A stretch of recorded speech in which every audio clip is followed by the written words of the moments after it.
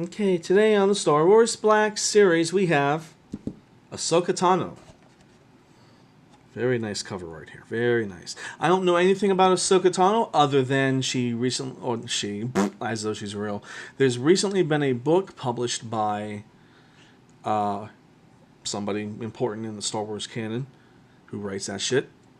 About Ahsoka, about the times between the Clone Wars, or like the end of the Clone Wars and the start of A New Hope or whatever. Apparently she comes in contact with Princess Leia. Who cares?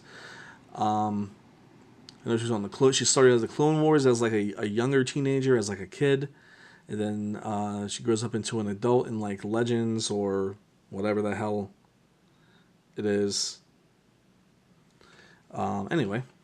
So, yeah, there we go. Very nice head sculpt. I don't know what race she is exactly, so I can't really comment on, the detail of this, even though it looks beautiful. It has a very nice, like, enamel-like finish on it at the top, and then it comes down to more like, just a more natural rubber-looking finish, which is cool. Have the little tail piece in the back between the two horn pieces. Anyway, I really like this figure in particular. I guess even the character. A nice thing about that Ahsoka book I was talking about is that if you buy the audiobook, it is voiced by the voice actress for this character. So there you go. Anyway, the very nice figure. The first thing I noticed when I popped it out was not only the dimensions of the figure, like her actual figure. Which I love her proportions. I love that she has big hips, a medium waist and like a medium bust. Everything looks very nice for the proportion of, considering this is a cartoon character. Now, the first thing I noticed when I unboxed her was that her little skirt flap here, has her on the sides, a little butt piece on the back. As her skirt, that's like the just hard, no soft plastic that you would expect, but her skirt is actually cloth, so that's nice. So you can see, the little ball joints in her waist there, in her torso, and a nice little detail is that the skirt is short enough to when she spreads her legs for like a battle stance, it stretches the skirt. It doesn't stretch it out of form or anything, but it does stretch it. Anyway, all right, let's get on to it, huh? Now she does have very little neck movement. That's mostly inhibited by this right here. Actually, it doesn't look like she has a joint in her neck at all, but it's very inhibited by her, I'm just going to call it her headdress. Very nice face, considering it's a cartoon. The eyes aren't too far apart or anything. Her pupils are a little off-center, which is a nice detail, I think. Nice tattoos and everything. Okay, onto her shoulder. It's just a simple swivel attached to a hidden ball joint there. Elbow, there's no separate. Oh, that's a ball joint as well as that. Very nice. Hands. And there's a little bit of wrist flexion, from side to side, flat as well. So that's nice. Very nice. I already did take apart her lightsabers. As you can see down here, just have the hilts hanging off her skirt. I don't know which one's supposed to be on which side, but I just put them there. Again, it has a very nice bust outline on this figure, as well as the chest swivel, which allows for a little bit downward motion, but mostly just the upward motion. Let me go to the lightsabers. Okay, so we have one lightsaber. I know that she dual wields her lightsabers and that one, maybe both, are curved. So we have the smaller lightsaber here that comes with the smaller blade.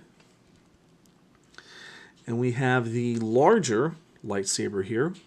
It comes with a larger curve and comes with the longer blade. Show those off in a minute. And the nice little hooks. That's a nice detail. I'm sure that is how it is in the show. Nice little hooks to hold her lightsabers.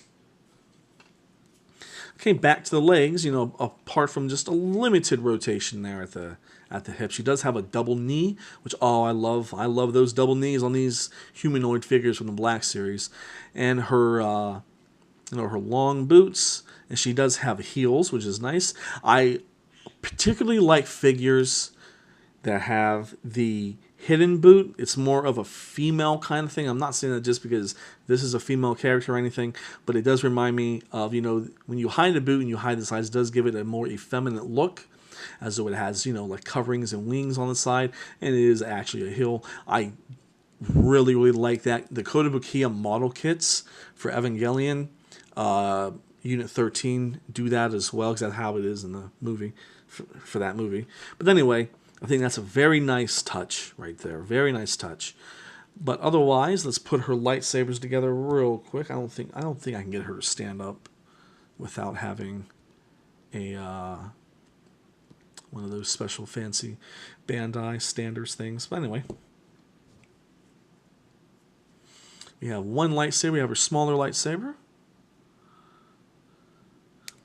Yeah, and I almost broke it. Now, I did have to do that off camera. The lightsabers are very flimsy. The hilts and the blades are very, very flimsy. Flimsy. I thought I broke it. But thankfully I didn't. I was able to just bring them closer to me and, you know, finesse them inside the hilt. But anyway, you know, as we see, we have her curved lightsaber in that hand. I can tell that this blade goes in her hand because of where the tilted. It's on the top of the wrist on this hand, and it's on the side of the wrist on this hand.